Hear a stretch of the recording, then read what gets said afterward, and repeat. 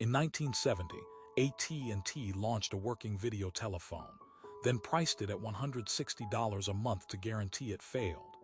By 1973, it had exactly 500 subscribers in the entire country. 500. Yet every executive who made that call retired with full honors and their names completely clean. They knew, and they buried it. So why has no one ever told you that video calling existed in 1970? AT&T in 1970 was not a villain. It was America's telephone company, the infrastructure backbone of a nation, the institution that ran the wires into every home and office and built Bell Labs into the most productive research division in corporate history. Bell Labs gave the world the transistor, the solar cell, information theory. If you asked anyone on the street what AT&T was, they would have said, innovation. They would have said, essential. They would have said, the company that makes the future possible. And AT&T wore that reputation like armor, confident enough that they spent $500 million developing something extraordinary, and then quietly made sure it never reached you. Here is what happened. In 1964, AT&T unveiled something that stopped the world. They called it the Picturephone. They rolled it out at the World's Fair in New York City, a telephone with a screen that let you see the person you were talking to live in real time. It worked. It was real. The press called it the invention of the decade. Internal documents from Bell Labs confirmed what AT&T already knew privately. The technology was viable, scalable, and deployable. Not in a decade, not eventually. Now. So AT&T moved forward. In 1970, they launched the Picturephone commercially in 3 cities, Pittsburgh, Chicago, and Washington, D.C. at $160 a month, before per-minute charges, before installation fees. The median American household earned around $9,800 that year. AT&T was asking families to spend nearly $2,000 annually just to have a screen on their phone. That is not a product launch. That is a burial. But that's not even the part they really didn't want out. The press didn't catch it at the time. Why would they? AT&T was a regulated monopoly, and its regulators were focused on the price of a local voice call, not on what AT&T chose not to sell.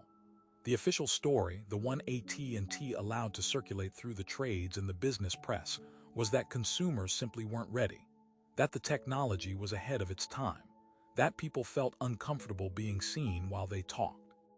It was a clean, credible, sympathetic explanation, and AT&T's own market research from 1969 demolished every word of it. Their internal studies showed that price, not discomfort, not distrust, not lack of desire, was the only real barrier. Consumers wanted the Picturephone. They just could not afford it at $160 a month. That research never left AT&T. No one published it. No one leaked it. It sat in a filing cabinet for 30 years. Here is why they did it. AT&T's long-distance telephone business in 1970 was the most profitable operation in American corporate history. A 3-minute coast-to-coast call cost $1.85. Millions of those calls happened every single day. That revenue, generated by a captive public with literally one option, was AT&T's entire kingdom. Now think about what an affordable video telephone does to that kingdom. You stop flying to business meetings. You stop making premium long-distance calls. You see the person. You share documents. You accomplish in 5 minutes what previously required a plane ticket, a hotel room, and a long-distance bill. The lucrative premium market that sustained AT&T's monopoly starts to collapse from the inside. AT&T's executives ran the numbers. A mass-market Picturephone would cost them more in lost long-distance revenue than it could ever generate in new subscribers. So they priced it to die. Not to fail slowly, to fail completely and visibly, so the technology could be written off as impractical and no one would ask the question a second time. By 1973, 500 subscribers, AT&T quietly discontinued the service. Their official statement said the technology was, quote, not yet ready. They had spent $500 million on something they had no intention of selling to you. No one went to Congress. No investigation was opened. AT&T was a regulated utility, and its regulators had no mechanism to punish a company for burying its own product.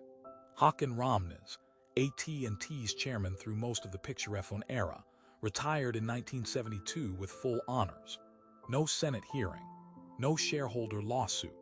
The $500 million loss was absorbed as a research expense and spread quietly across ratepayers through adjustments the public never saw itemized. The people who funded the Picturephone were the American telephone customers who paid their monthly bills to Bell Labs and were then denied the technology their own money built. The executives kept their pensions. The shareholders kept their dividends. The technology got a filing cabinet. The world didn't get widespread video calling until FaceTime launched in 2010. 40 years after AT&T had a working version sitting in a laboratory in New Jersey. 40 years of unnecessary business travel. 40 years of long-distance charges. 40 years of a world kept slightly more disconnected than it needed to be, because disconnection was worth more to one company than connection was worth to everyone else. AT&T's monopoly was broken up in 1984.